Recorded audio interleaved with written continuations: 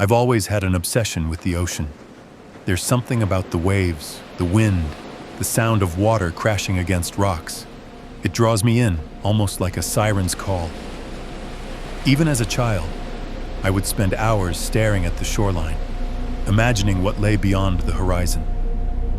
So when I heard about the abandoned lighthouse on the cliffs outside a small coastal town, I knew I had to see it. The locals told stories. Sailors whispered that its light could be seen on stormy nights, even though it had been non-functional for decades. Hikers and wanderers spoke of eerie sounds, lights flickering inside its broken windows, and strange figures glimpsed at the top. Everyone seemed to avoid it.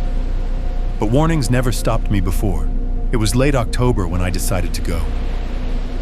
The day had been gray and overcast, the clouds heavy with rain, the kind that promises a long, unrelenting storm.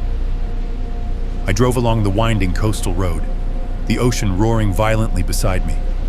The cliffs grew jagged, the waves smashing below, white foam exploding against the rocks. That's when I saw it, the lighthouse, rising ominously against the dark sky. Even from a distance, it was unsettling. Its paint was chipped, the windows boarded and broken, the metal railing around the top rusted and jagged like the teeth of some giant creature. The cliffs surrounding it were treacherous, steep, and unforgiving.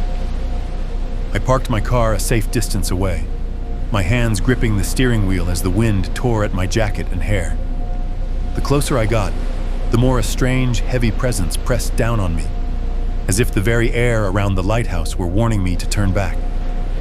The rational part of my mind whispered that I should leave, but curiosity, as it always did, overpowered caution. I approached the lighthouse cautiously. The main door was closed, locked, and rusted beyond easy repair.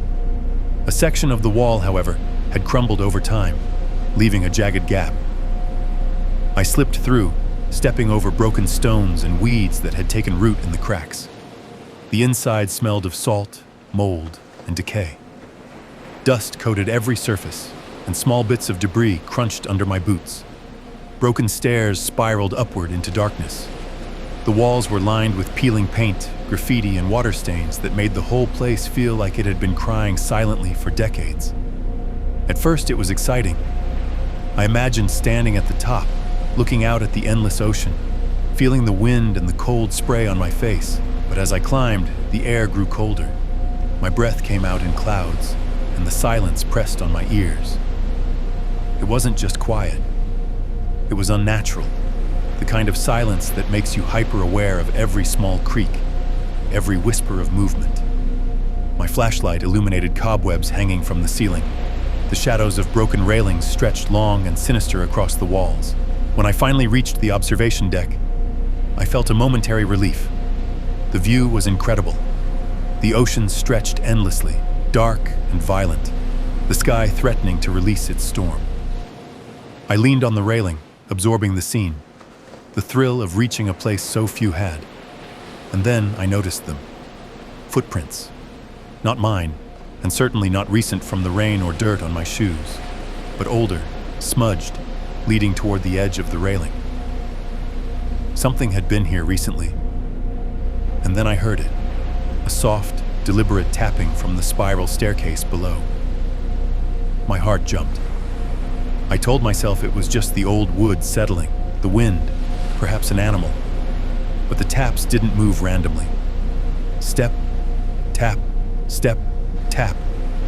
They were deliberate, pacing, slow, measured, and growing closer. My instincts screamed at me to leave, but curiosity, that dangerous and foolish curiosity, pinned me in place. Slowly, cautiously, I moved toward the staircase to investigate. Each step creaked under my weight, echoing unnaturally in the tower. The tapping continued, almost synchronized with my heartbeat, making my pulse pound in my ears. Then I saw it, a figure, pale, tall, and unnaturally thin. It glided down the steps, movements unnaturally smooth, almost floating. Its face was obscured by shadow, but its eyes, oh, its eyes, were black and hollow, endless. They didn't blink. They stared straight through me. I froze, paralyzed. My flashlight slipped from my hand, clattering across the floor and rolling under a broken railing, plunging the room into near total darkness. I could hear the rasping of its breath, low and deliberate, and a faint whisper that seemed carried by the wind itself. "You shouldn't be here." Panic took over. I bolted, down the stairs, crashing over debris and broken steps. Every movement felt wrong. Shadows twisted around me, moving in ways that defied logic, as if the tower itself were alive, reshaping to trap me. I could feel the presence behind me, patient, deliberate, following without sound, its gaze burning into my back. When I reached the bottom, the main floor of the lighthouse, I stumbled over the remnants of old furniture and crates. The front door loomed ahead, jagged and weathered, the only escape. I ran toward it, my boots slipping on wet stones, my hands scraping along the wall for balance. The wind outside howled through broken windows, carrying the faintest echo of laughter. Or was it a scream? I burst into the cold night air, the cliffs dropping sharply beside me. I didn't stop running until I reached my car. My jacket was torn, my hands scraped and bleeding, my breath ragged and harsh. I looked back once. The lighthouse stood silent, looming, the top window dark and empty, or so I thought. A shadow flickered. A faint figure appeared, standing perfectly still in the window, eyes reflecting the dying light of the stormy sky. And then it vanished. I drove away without turning on the radio, without glancing back, heart hammering, mind racing. That night, sleep eluded me. Every creak of my apartment, every shadow in the corner of my room made me jump. I could still feel that gaze, still feel its presence. Weeks later, curiosity, as foolish as it was, brought me back during daylight. I thought perhaps the shadows and fear had been my imagination. The lighthouse looked the same from the road, decayed, silent, lifeless. But the closer I approached, the heavier the air felt. The more I realized I was being watched. Footprints on the steps were fresh, and in the top window, a flicker of movement, subtle but undeniable. I never went inside again. I've avoided cliffs, lighthouses, even the ocean at night. But the memory hasn't left me. I still see it in my mind. The tapping, the figure descending silently, the hollow eyes staring through the darkness. I tell this story now because it's a warning.